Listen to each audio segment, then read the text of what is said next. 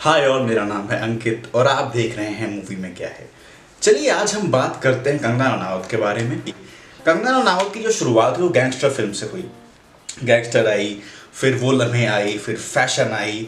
अब इन सब फिल्मों में उनकी एक्टिंग को सराहना मिली, बट कहीं ना कहीं उन्हें एक मेंटली चैलेंज्ड या मेंटल ट्रॉमा में गुजरते हुए का रोल दिया गया। अब वो और आगे बढ़ती हैं तो वो कुछ अच्छी फिल्में करती हैं, जैसे तमिल मनु, जहाँ पर उनकी एक्टिंग को फिर सराहा गया। फिर वो फाइनली काइट्स भी करती हैं ऋतिक के साथ। अच्छा, फिर क्वीन आती है। क्वीन आने के बाद उनका जो फेम है वो बढ़ जाता है। लोग उनकी एक्टिंग को बहुत सराहते हैं क्योंकि उनका ट्रांजिशन था एक लीड हीरोइन में। विकास बहल की ये फिल्म थी और सबको ये फिल्म बहुत पसंद आई। फिर वो और भी अच्छी फिल्में करते हैं, तनु रिटर्न्स करती हैं, रंगून करती हैं। मैं कुछ फिल्मों की बात कर रहा हूँ जो मेन फिल्म उन्होंने की हैं। मणिकर्णिका आती है, थोड़े बहुत उसमें कंट्रोवर्सी भी होती है, कैसे मणिकर्णिका में जो किरदार सोनू सूद का था वो उन्हें नहीं दे करके दिशा आयोग को दिया। लेकिन तब तक कंगना का जो विथ ऋतिक कंट्रोवर्सी थी वो भी आ चुकी थी। दोनों न्यूज़ चैनल पे आते हैं, आई थिंक रिपब्लिक टीवी पे आते हैं। कंगना अपना साइड रखती हैं। कंगना फुल फ्लेज में अब एंटी नेपोटिज्म, करण जौहर के अगेंस्ट, बड़े लोगों के अगेंस्ट, जो फिल्म इंडस्ट्री के बड़े प्रोड्यूसर्स हैं उनके अगेंस्ट बोलना ओपनली चालू कर चुकी थी। फिर इसी बीच सुशांत सिंह राजपूत सुसाइड करते हैं या उनकी डेथ होती है। कंगना स्टैंड लेती हैं कि सुशांत सिंह राजपूत को फोर्स किया गया है इसके लिए सुसाइड। वाई? बिकॉज उन पे बहुत प्रेशर था।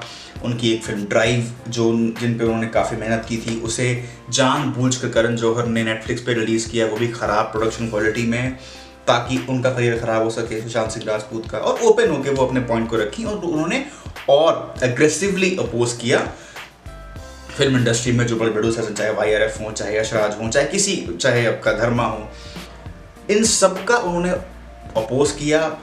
फिर आती है तेजस भी कुछ खास कमाल नहीं कर पाती है, फिल्म फ्लॉप होती है। तलाई उन्होंने की, तलाई फिल्म मेरे को अच्छी लगी बट पब्लिक का उतना प्यार उस फिल्म को नहीं मिला।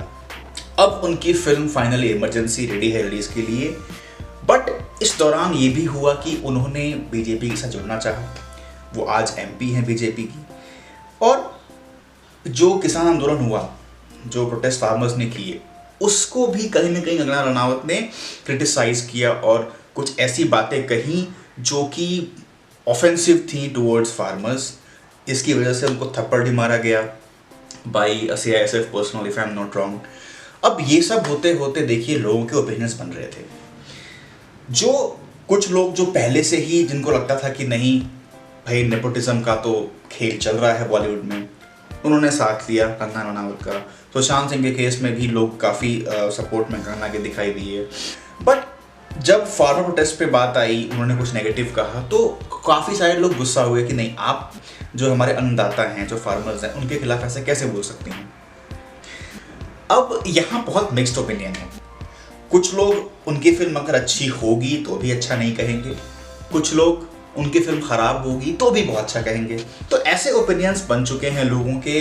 इमरजेंसी को लेके भी कुछ लोग इंतज़ार कर रहे हैं कि कैसे वो दिखाने वाली हैं इंदिरा गांधी के इमरजेंसी वाले फेज़ में लिए गए फैसलों को।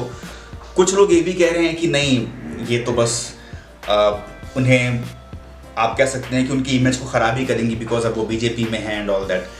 तो मेरे हिसाब से कंगना एक कंट्रोवर्शियल पर्सनैलिटी हैं आज के टाइम पे।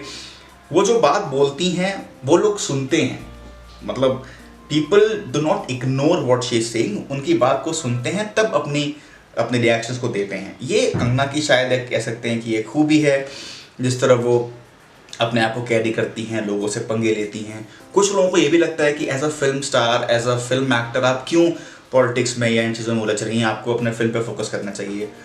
बट अगेन ये किसी के कहने से क्या होता है, जैसे जो करना है वो करना है।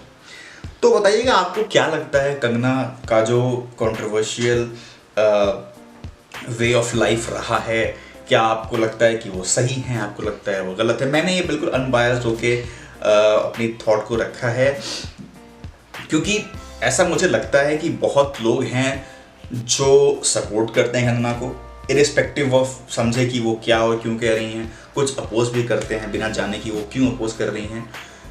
अगेन डेमोक्रेसी में सबको अपनी बात रखने की पूरी आज़ादी है, कंगना भी वही कर रही हैं, और जो बाकी लोग उन्हें क्रिटिसाइज कर रहे हैं या अप्रिशिएट कर रहे हैं वही कर रहे हैं। तो कुछ भी यहाँ पे गलत सही नहीं है। इट्स जस्ट दैट कौन किस विचारधारा से जुड़ा हुआ है, कौन किस आइडियोलॉजी को मानता है। तो till we speak again, take care, thank you.